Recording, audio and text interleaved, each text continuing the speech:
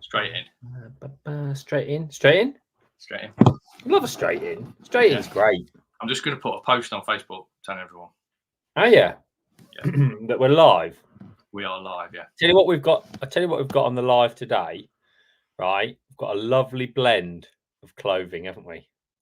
Yes. Talk about the clothing. Get up a model. Tell them about your t-shirt.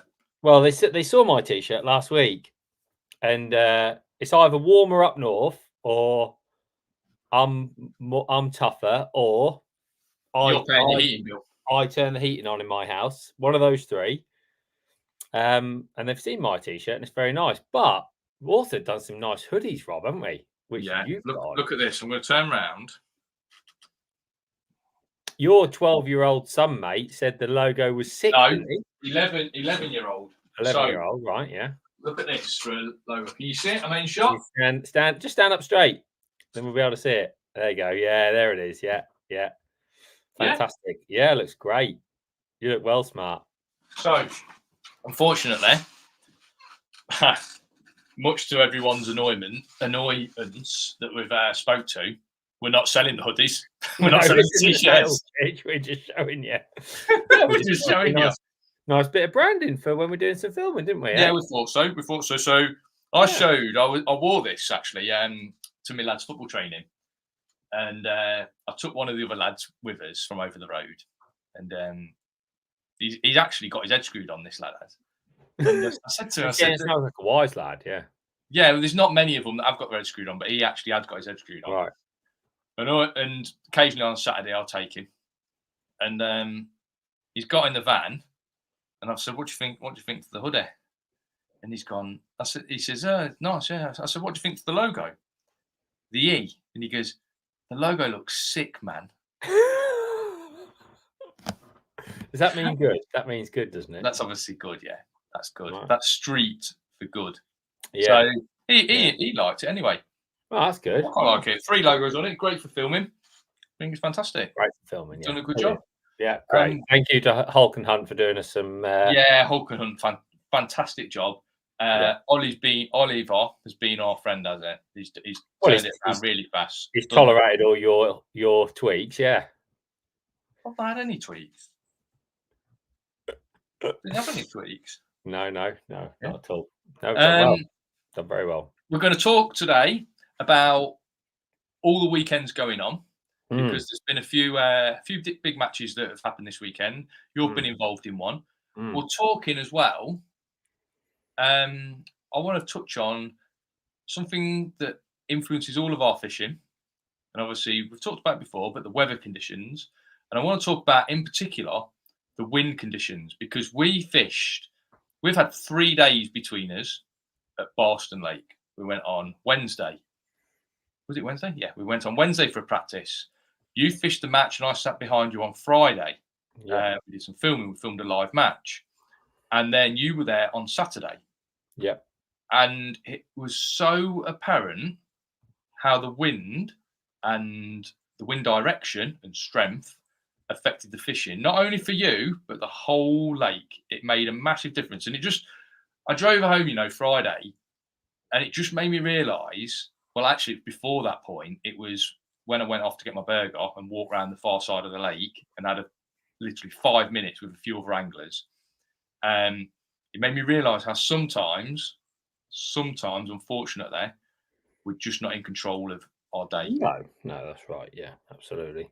So firstly, I think we talk about Wednesday, what we did on Wednesday, and what why we were going on Wednesday. Yeah.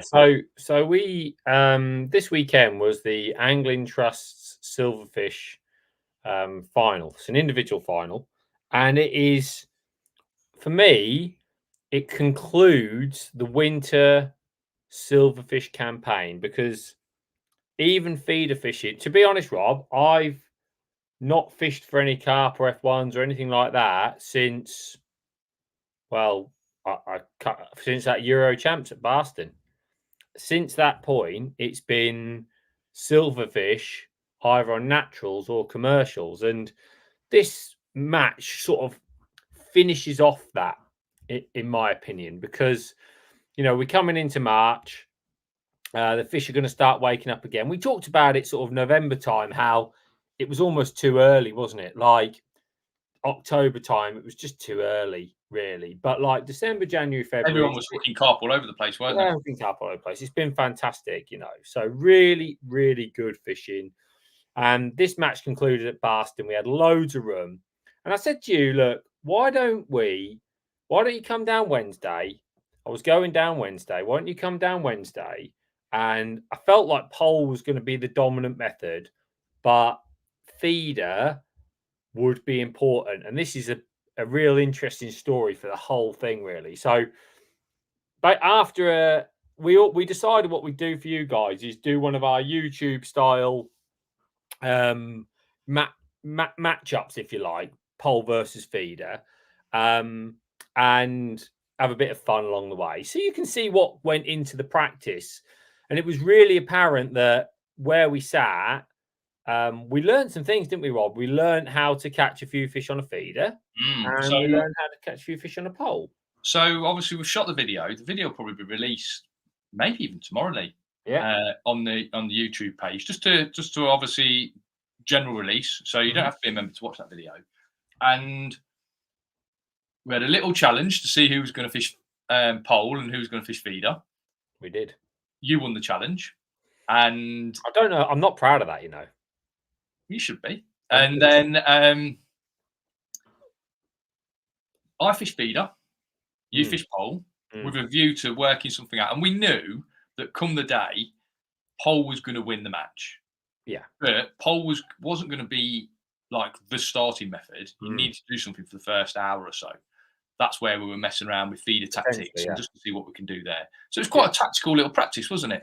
It was really good. I really enjoyed it. I came away thinking, do you know what? I'm feeling in a good place for this. And I was traveling down for the match 2 days with Matt Godfrey. And because we sort of share our winnings when we go like that together, I was telling him exactly what we'd found out.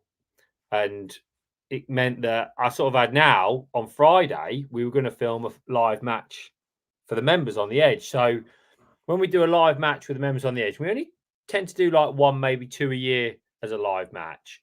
What we try to give you is like that all access to what's going on. So you are literally seeing everything that I am doing in the highest level match. I'm not too sure you'd have wanted to see everything. In the highest level match, mistakes and non-mistakes, moving poles to avoid people. Anyway, you'll have to be a member to come and watch the fun. But it's great because it shows you what the detailed day is. The stuff that we on YouTube you'll enjoy. It's a nice watch. The real detail of the fishing comes in the member stuff. So we did that live match on Friday, and I drew. I'm putting it out there, Rob. The worst peg in the match. Okay, putting it out there. That was the worst peg in the match that day, and the wind was smacking my face, really cold. And I caught £20 and about 12 fish for £20, 11 of which on the feeder, 1 bite on the pole. It was funny. The next morning, I was chatting with Andy, who was next to me, Andy Bennett, and he said, he literally turned to me and went, "You wouldn't have caught anything if you hadn't have fished a feeder." And I was like, I know. And when I was driving home with Matt had been on the far side where there was no wind, and he'd fished the method that we'd established on the pole on the Wednesday with obviously his own tweaks, but a lot of he just took the information and went, okay, let's run with that and see where it takes us. He had a great day, caught £69.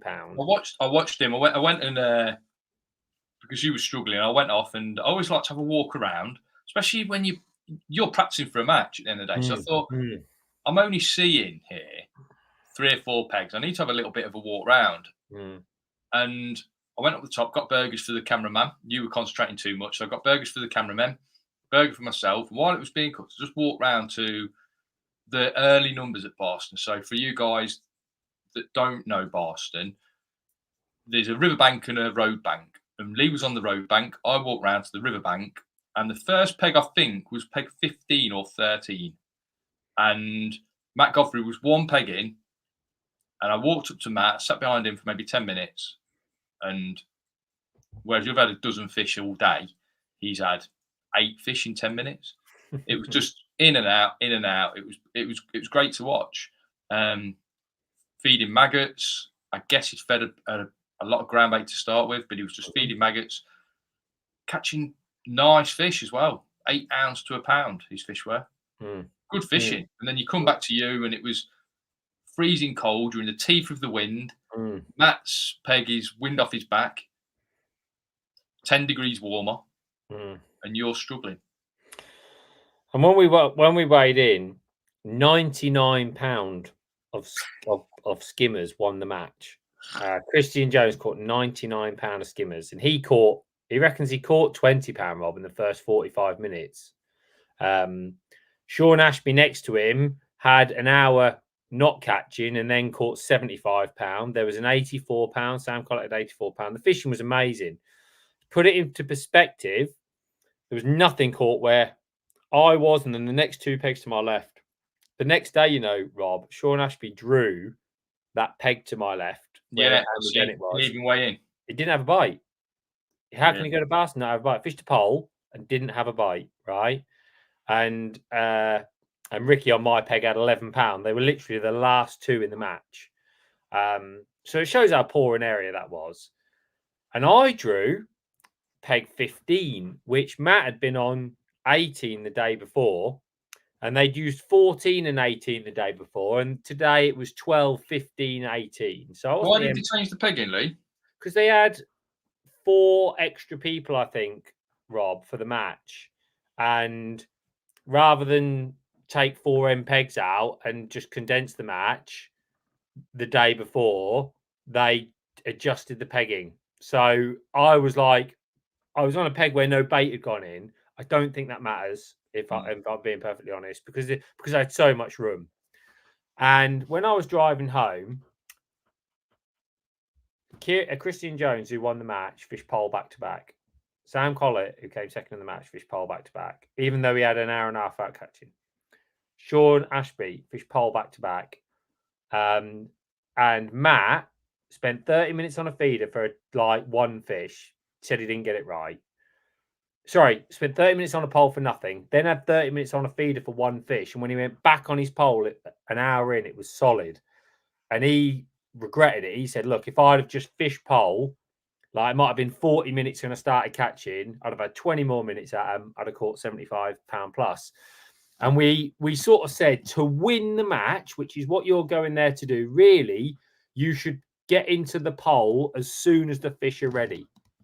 And I said, yeah, but I felt like we learned a few things on a feeder. So I thought if I drew a toughish area, I'd try to fish feeder and stack the odds in my favour of a late arrival on the pole.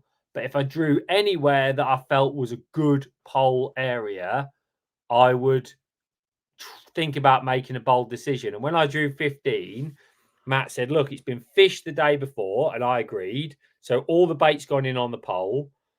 Conditions were exactly the same. He basically looked at me, I looked at him, and I said, are you taking my feeder rods around the other side in your van? And he said, yeah.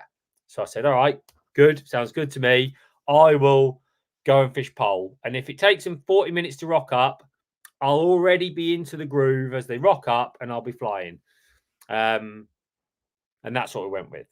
Now, Matt had drawn over on the other side, on the windy side, behind the island, 112, which is a great area for bream, but not with the conditions how they were. And to cut a long story short, Rob, 2 hours into the match, I hadn't had a fish that counts. I think I messaged you after 2 hours, 10 minutes, and I'd had 2 fish. And I was absolutely gutted, to be honest, because Mike McMillan on the end on 12, he fished feeder for 30 minutes for 2 fish, a couple of carp, and then he's gone on the pole and he's caught. And everyone to my right for the next 4 pegs, including Christian Jones, who had won the match the day before, and Jake King and a few others, we all sat there, Rob, in that first bay, not getting a bite for 2 hours. And if I'd have taken my feeder rods, I wouldn't have bagged up because they weren't queuing up there. But I might have caught £10. I might have caught £10. And maybe the fish would have come to my pole earlier because I wasn't fishing it. Does that make sense? What was really my big thing was the day before, kept reiterating it on the video that we were shooting. The feed is not going to win it you, but it's going to give you the head start for when the fish rock up on the pole. Yeah. And if you could sign going on the pole at the ideal opportunity, and you have maybe got £10 head start over other people because they're sat on a pole waiting for them to turn up, whereas you can put a few fish in your net on the feeder. Yeah. Like you said, I think because you're not fishing it, the fish might come onto it a bit quicker. Yeah. And you're getting a bit of a head start. But it was finding that balancing act between getting sidetracked with the feeder and sticking on it too long. Yeah. The thing that I'm going to say, when I walked round to Matt, okay, he caught on a pole a little bit faster, and he caught better earlier on. Yeah. When I looked at some of the pictures from people walking around the lake, the wind sort of like, it was flat calm for you because the wind's off your back, flat calm for you out to maybe 25 meters, 30 meters. It was, yeah. The day before, when I walked round to Matt, the wind was starting at like 18 meters, 20 meters. It was just a little bit closer. So the ripple was just a little bit closer to the anglers. And obviously the wind was a bit stronger. So this is what I want to touch on with that wind, how much difference it makes. That ripple is where the fish just backed off to at the start of the match. You are bang right, because from about halfway through, the wind the day before had been like 14, 15 mile an hour, right? And it was about 10. And then about halfway through, it got up and the ripple was almost on my pole at times. And it was like 15 meters, and it had swung slightly from being slightly left. It was like off my back, but it was stronger. And for the last 2.5 hours, I've had a fish every single bung in. And what made me start and what made me focus on the pole, was the size of the fish in that bay, Rob. That was by far the most fish caught in the match the day before was in that bay. Not the chunky brown fish though, are they? No, they were like 6 to 8 ounce. I reckon Mike McMillan next to me said he had 90 skimmers and he weighed 40 pounds. And I thought I had at least 90 and I weighed 42. Bearing in mind, I had 2 at half time. So it was like, I just felt really sort of like disappointed because Matt had a brilliant day on the other side, and he was frustrated at the end because he's fished method and pole and he's caught he's caught 25, 26 fish for £52. He's caught the same fish that we caught the day before, but obviously a better area, and he's caught double the amount plus like 5 or 6 on a pole. So he's caught like 20 on a feeder and 5 or 6 on a pole for £52. And he was basically saying, if I'd have given if he'd have given feeder a little bit more attention, or like based on what I said the day before, there was a chance there. He just felt like he kept sort of token going back on the feeder. And £68, Steve Hemingway, guy that we both know really well and got a lot of time for, he won the match with £68. But what was really interesting is Steve said to me that an hour and a half in, he hadn't caught anything. And then all of a sudden, they turned up on the pole and he caught steady, but he caught bream. He said they weren't, he said he's had some big fish. He said, but the average stamp were those 12 ounce to a pound fish that Christian caught the day before. And they just weren't in that bay where we were. That stamp of fish. I think once you get around that corner, 25, 27 onwards, that's when the big fish. 27. Steve Harwood won my section with 50. I was second. Steve Harwood won my section with £50 on 27. And then Steve Erin goes on 38. And that seemed to be like the better stamp of fish. I mean, I couldn't have caught any better than what I caught. I caught one every single cast for 2 and a bit hours. What was interesting though, you'll love this, right? Bearing in mind where I was, the teens at Baston, I potted in some sloppy micros at like 6 sections with an hour and 20 minutes to go. I thought I need some big uns. I'm not going to win. I'm having a lovely 2.5 hours, but I'm not going to win. I need some big uns. And I dropped on it with 3 dead maggots with like an hour to go, hour and 10 minutes to go, and I had 3 pound fish in 3 chucks. And I thought, hello, we might get a little flurry to get us £50. I've hooked 6 or 7 carp there, and I've barely fished it. So, like, I've gone back in, hooked a carp, thought I'll just give it one more go, laid it in. What, not F1s? No, carp.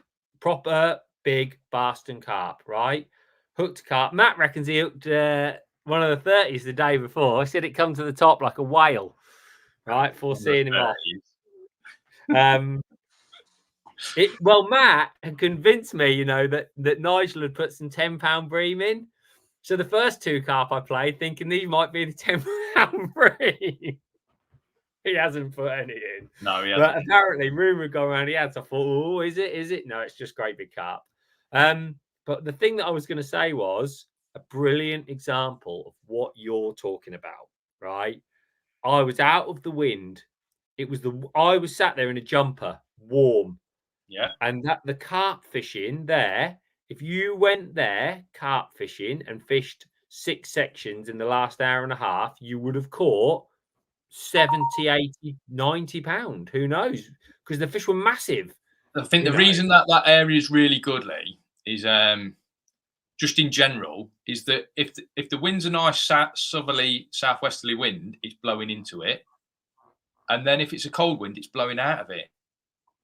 Yep. So it just makes that area so much better. Yeah, it is a good area, absolutely. So I'm trying to find a nice picture that we can put over for you, Lee. So I'm gonna see if I can just share this screen so we can show them your skimmers, because there's a definite size difference. Oh yeah, without a doubt. Yeah, that's without a doubt. I had so I sort of packed up. I couldn't have won. I couldn't have had £68. But it was a reminder when I drew. Sort of everybody. You got them there? You see them?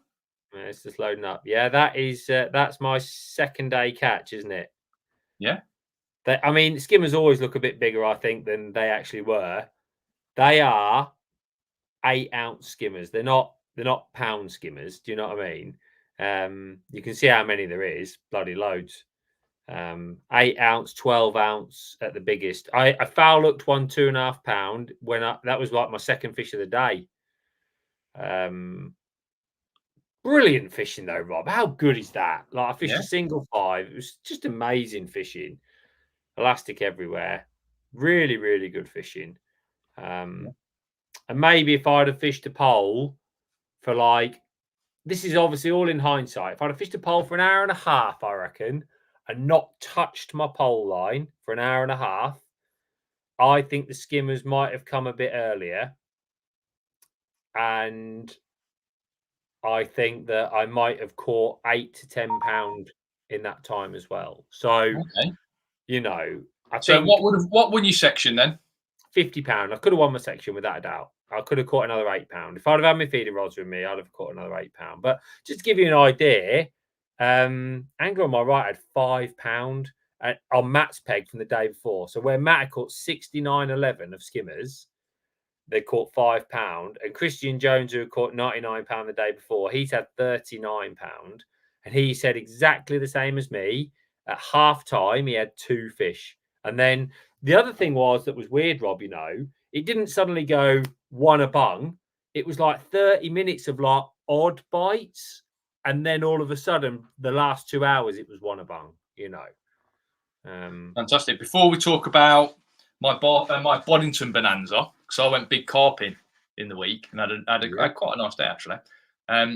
We'll go through a few hellos and questions. So Mark Wibley, hi guys, just booked onto a festival at Todman Manor in August. Have you fished it before? Have you fished Todman Manor? I haven't fished Todman Manor, no. Todman Manor in August could be Sack Up City though, couldn't it? I think Todman Manor's Sack Up City if you go any time. So I think in August you're going to need lots of protein shakes, lots of energy bars, some strong elastic. And they catch a lot of maggots, you know. Maggots is 5 a meters bait. a pole. Yeah. Maggots is a bait. So we've never been, but get ready. Get down the gym in preparation. Stephen, hi guys. Loving the clothing. Shame you aren't selling it to subscribers, members. We like it too, Stephen. Thank you very much. Peter Charles, afternoon, gentlemen. Clothing looks great. Rob, it was good to meet you at the Big One show the other week. The wife is looking forward to using her dynamite wowzers. She will sack up on them, Peter. Cameron McKenzie, afternoon, Robin Lee, liking the new Edge corporate image. Very smart. Very smart. Thank you, Cameron. Wow. Matt Lane, afternoon, gents. Kevin Carr, fed up with the cold winds and rain. Tell me about it, Kevin. Can't last much longer, surely. Need a change now. Sick of giving Dave Brooke all my hard-earned cash. So obviously he's getting beat by Dave Brooke every week. Yeah, let's hope for some nice weather pretty soon. Ian George, afternoon, Robin Lee. Afternoon, Ian.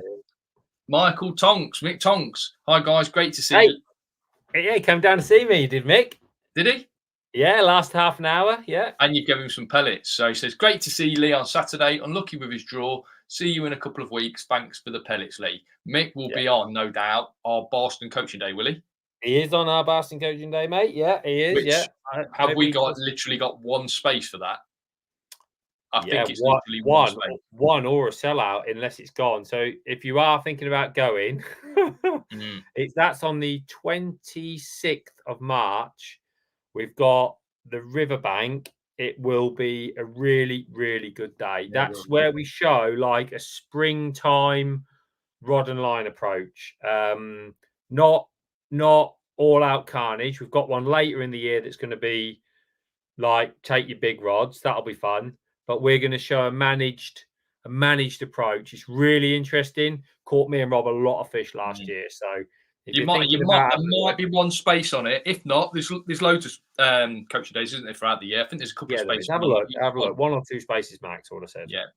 If you're interested in that, have a look on the Edge website, or just drop us a message. Either way, we'll get back to you. Chris Toon, hi guys, just got back from the Bottisford AA. He's on the Grantham Canal again. Party on the canal. Can't wait for it to warm up now. He's got some squat and he's going for a dangle tomorrow. He can't keep away. I hope you catch a few, Chris. Rob, I was editing some photos the other day and like trimming up a few photos, and I came across a previous coaching day, and Chris was on it with some big bream. That would have been at Staunton, wouldn't it? No, I think it was Staunton or Ferry. I can't remember which one it was, but Chris was on it.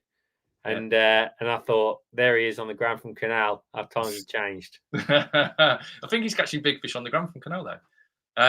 Afternoon, chaps. Loving the clothing merch. Got the last match by Winter League on Sunday. It's around 4 or 5 foot deep. Some big carp in 2 6-pound and smaller. Silver's bream, 1 to 2 pound. Any tips? Difficult with this unsettled weather deciding what to do. Mainly pole fishing. Pretty much any bait apart from bread. I think you'd probably start on pellet short, like just rattling a few pellets in, see if you can catch an odd big fish, maybe even corn, something like that. So if you catch an odd big fish, top kit +1, top kit +2.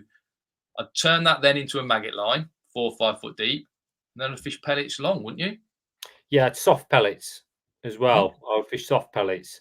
I think from what I've seen in all my silverfish matches, Rob, you get like 3.5 hours where nobody in the match hooks a carp. See, I don't think this is silverfish. You see, no, I know it's not. I know it's not. But I'm saying you're getting 3.5 hours of fishing where nobody hooks a carp. Nobody complains of hooking a carp. Maybe I had 2 big F1s early. Maybe you see an odd person hook one early, like first half hour, last hour, isn't it? Right, and then it's last hour, and that. So if I was going to that venue and he's saying there's skimmers and that in it, I'd do exactly what Rob is saying. Look for an early bonus, a carp or a big F1, be that short, long, whatever you want to do. Then I would fish for everything that swims throughout the middle of the day until I hooked a carp. And as soon as I hooked a carp, I'd be thinking, right, feed, because they want food at the latter part of the day. Because what we're doing in silverfish matches is trying to rein the food back, because if you feed, you just get carped out. It's opposite for you. So like I'd start potting like generous amounts of like wet micros or ground bait even and fishing like 3 or 4 dead maggots, or start rattling in hard pellets, whatever you prefer, and fish a banded pellet on the hook. But don't chase carp when they're not available and then target them when they want to feed towards the end. You know, that's what I would do anyway. So you're saying soft pellets, like on a longer pole line, as you catch everything. Like 11 meters. Yeah.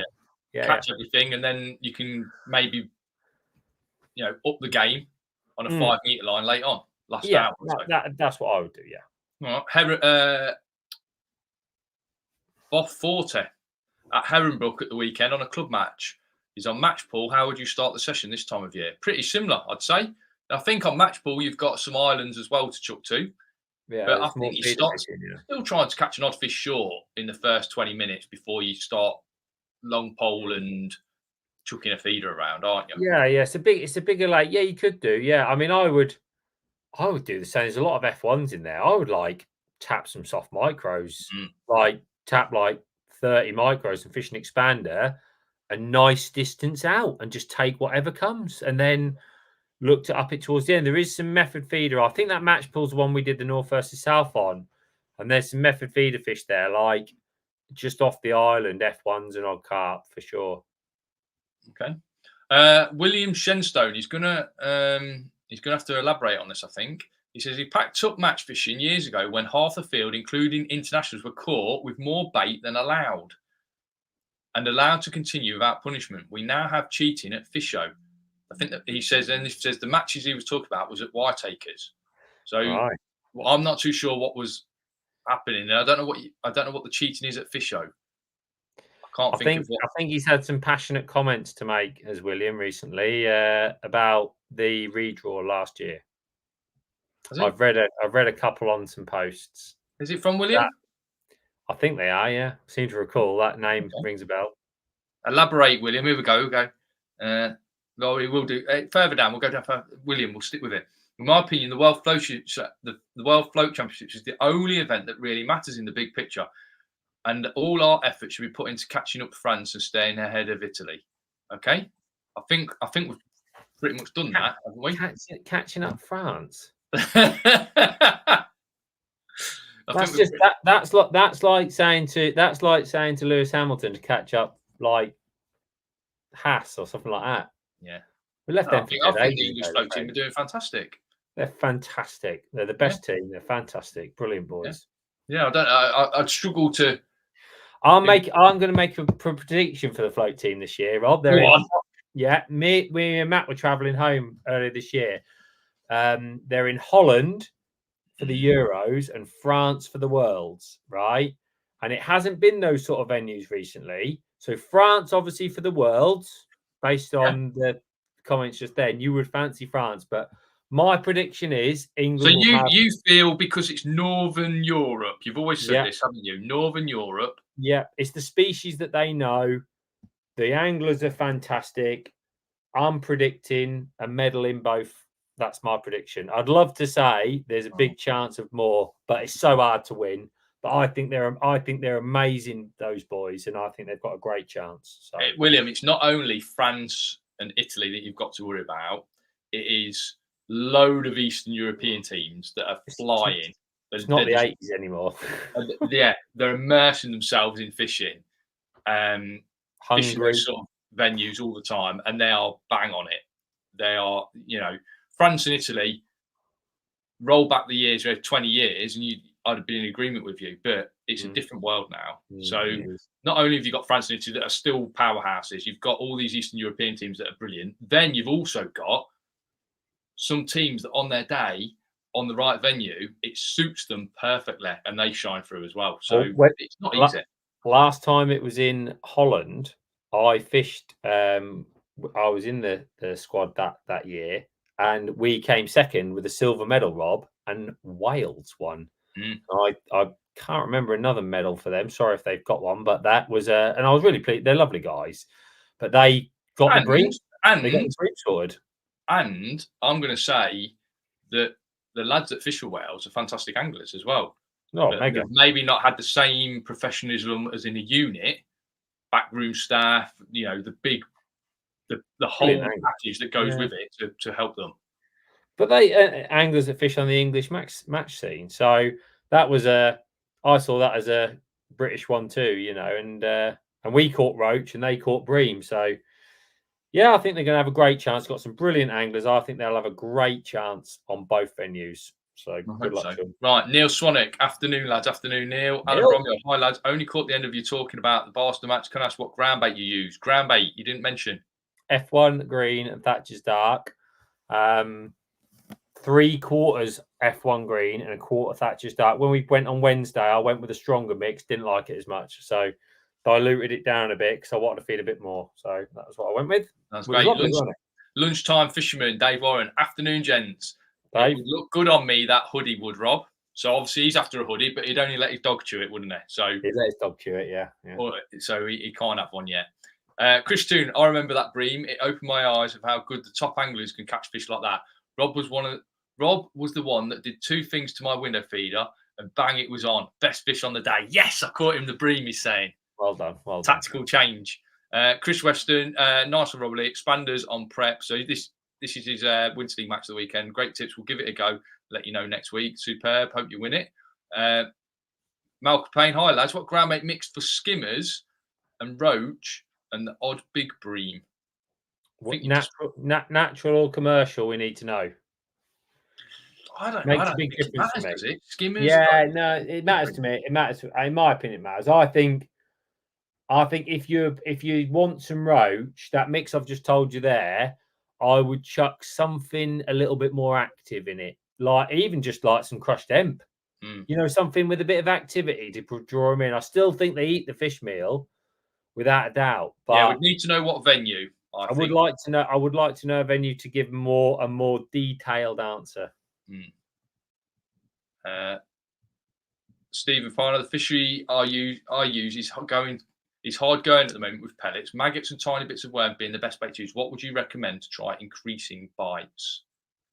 Maggots and tiny bits of worm being the best baits to use. I think loose feed. If you're talking about pole fishing, you need something falling through the water. So my best piece of advice would be whether tiny balls of ground bait, and I mean tiny, like thumbnail balls, or like a dozen maggots, something falling through the water will help increase bites. It's not ready for worms yet. It's too cold for worms. Worms are okay. They won't start really eating worms until like May, in my opinion.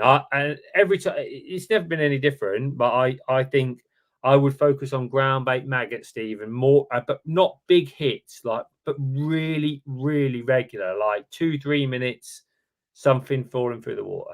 You can't pull them in, Stephen, or put a little pole-mounted pot on and force yourself every 2 minutes or every time you catch a fish just to put in like 10 or a dozen maggots. Just rattle them in, lay your rigging through them. 2 minutes later, if you've not had a bite, don't just sit out there, ship it in, feed again. You've got to force yourself to be busy. And that, honestly, it pays dividends because all of a sudden you'll just start catching loads of fish. William saying that France have won more golds than England. I've not got the figures, Lee. Have they won more golds than England?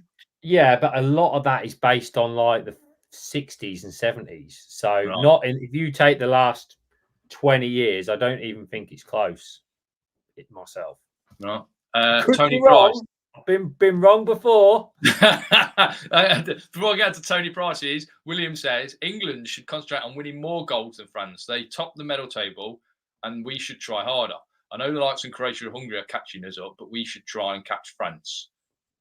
Yeah, if they've got a higher gold tally, yes, but it's like Manchester United claiming that they've knocked Liverpool off their perch when for 20 years Liverpool didn't even win anything. Liverpool weren't better than Man United then; it was Man United, and that's what it is now. Yeah, I think England are a better. I think we're a more consistent international team than France at this moment in time. Yeah, I don't know why we're concentrating on France. I just think the England float team is in a pretty good position. I think they're in a brilliant position. I think they've got an unbelievable set of anglers coming through. It's not that they've got experience matched with some youth as well. No, they've got it. They've got. We just talked about Steve Hemingway, who just won that match of the weekend. He's in their team. Yeah, no wonder. Yeah. Yeah, I think they're in a decent position. I'm not. I wouldn't be overly concerned about changing things around. Tony Price, do you prefer to use a soft bait for method hybrid, and how often do you use bottom baits over wafters? For me personally, I will use a wafter if I'm using a boilie style bait, but a nice heavy hook the hook will pin in the bait, but the wafter's sort of wafting. And then I very rarely use a bottom bait, as in a boilie bottom bait, when I'm method feeder fishing. So I would use hard pellet, maggot. Occasionally, I'll use an expander. But some rare occasions, I'll probably end up using maggots now rather than an expander. And it depends what I'm putting around my feeder to what I'll use as a hook bait.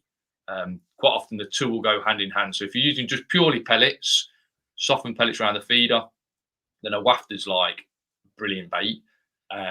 If your venue really switches on to pellets, though, and we've shot some underwater stuff where the fish were literally just wanted pellets, then obviously pellet hook bait is great. If I was putting more and more ground bait in with my mix, maggots are like the ultimate bait if you're fishing with ground bait around a method or a hybrid feeder. That is what I seem to think. Are you in agreement, Lee? I agree, Rob. And we've done a really nice in-depth that'll be out Monday next week on the members channel, if you recall, about method hook baits for F1s. And that really focuses on a lot of those things. So, yeah, I agree with what you're saying. And I think that video will open a lot of eyes when it comes out. Here we go then. Hi, Rob and Lee. Been very busy up at the Glebe, sorting things out. Day off, waiting in for a few parcels. Pool 6 has had a full refurb. Well done. I'm guessing all fished out. I think that's Jason. Jason's doing, if it is Jason, he's doing a fantastic job at the Glebe at the minute. Hi, Jason. Mark Richmond, afternoon, lads. Does other water users affect anglers more so than the fish? So boaters, etc. I think it depends, doesn't it, where you are? I mean, don't get me wrong. I don't want to be fishing a Ginclear River and have somebody on a paddle board falling off of my peg. Got to be honest, I don't really want that. I always just tend to make life as easy as possible for people that are using the water, because ultimately I think the fish are used to it. I don't think they have a massive issue with it, apart from when we used to go to Carmill Dam and they have the powerboat race. Don't that. And the reason that affects it is because I spend all my time thinking, well, he's not going to make that corner, he's not going to make that, he's made it, and then off he goes again. The only thing I say is that last underwater we shot on the canal, there's a little bit where some canoes come through.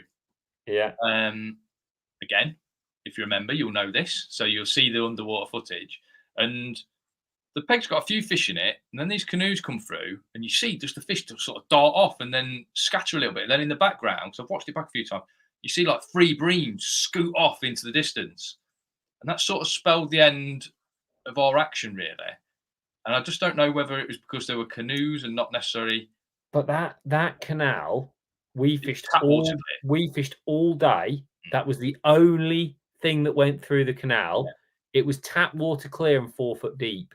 So, in my opinion, that's obviously different. If you're on the Grand Union and there's 20 boats go through and it's chocolate fishing across, it's already having an effect. So it's just a constant. But yeah, I just think that things like that are outside of your control. So I don't mind it, when the sailboats are out somewhere like Ferry Meadows. I actually quite like it. I think it helps. Yeah.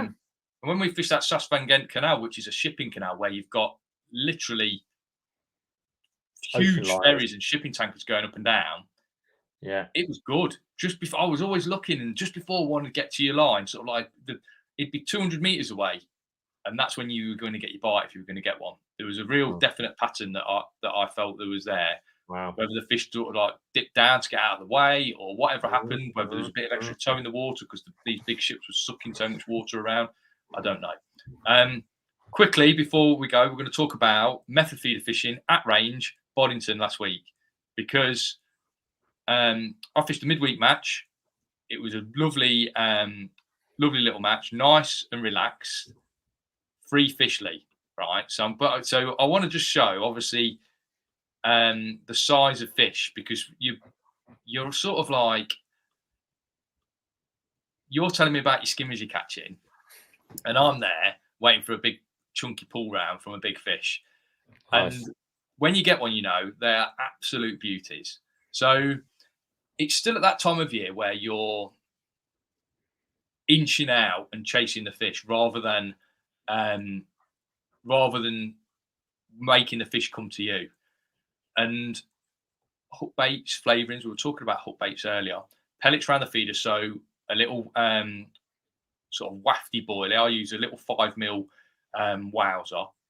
And when you think of the fish you're catching, 15-pound fish, and you think of 5mm bait, that's so small when you look at a 5mm bait compared to that size of fish. But the fact is, when they come in and they just suck everything up, that 5mm bait goes into the fish's mouth so easy. And then with a big hook, size 10, you've got a massive chance of actually hooking the fish. We've done it loads of times before, haven't we? Big hook, small bait, works perfectly. On that particular day, I've started at 60 meters, inch my way out, and it was classic of what you're saying about wind changing, time of day, because what I didn't want to do is get to that perfect spot too early. So if I'd have literally chucked out 100 meters straight away, sat on my hands, I think I might have caught one fish, but that's it.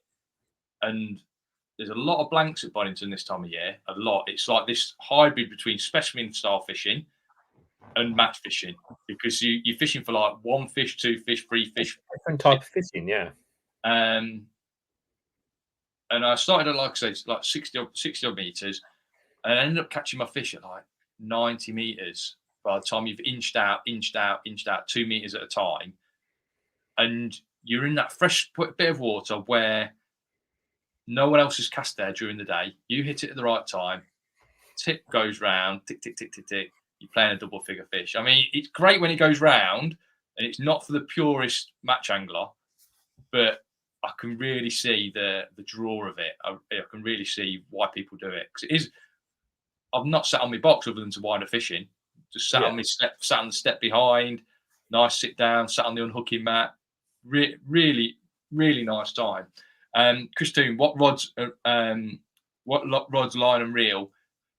13-foot rod. I took the Free Spirit Specials, Chris, 13-foot. If I was planning on going 100 meter plus, I'd have used the 14-footers in the power distance 14-footers. Beautiful rods for chucking a long way.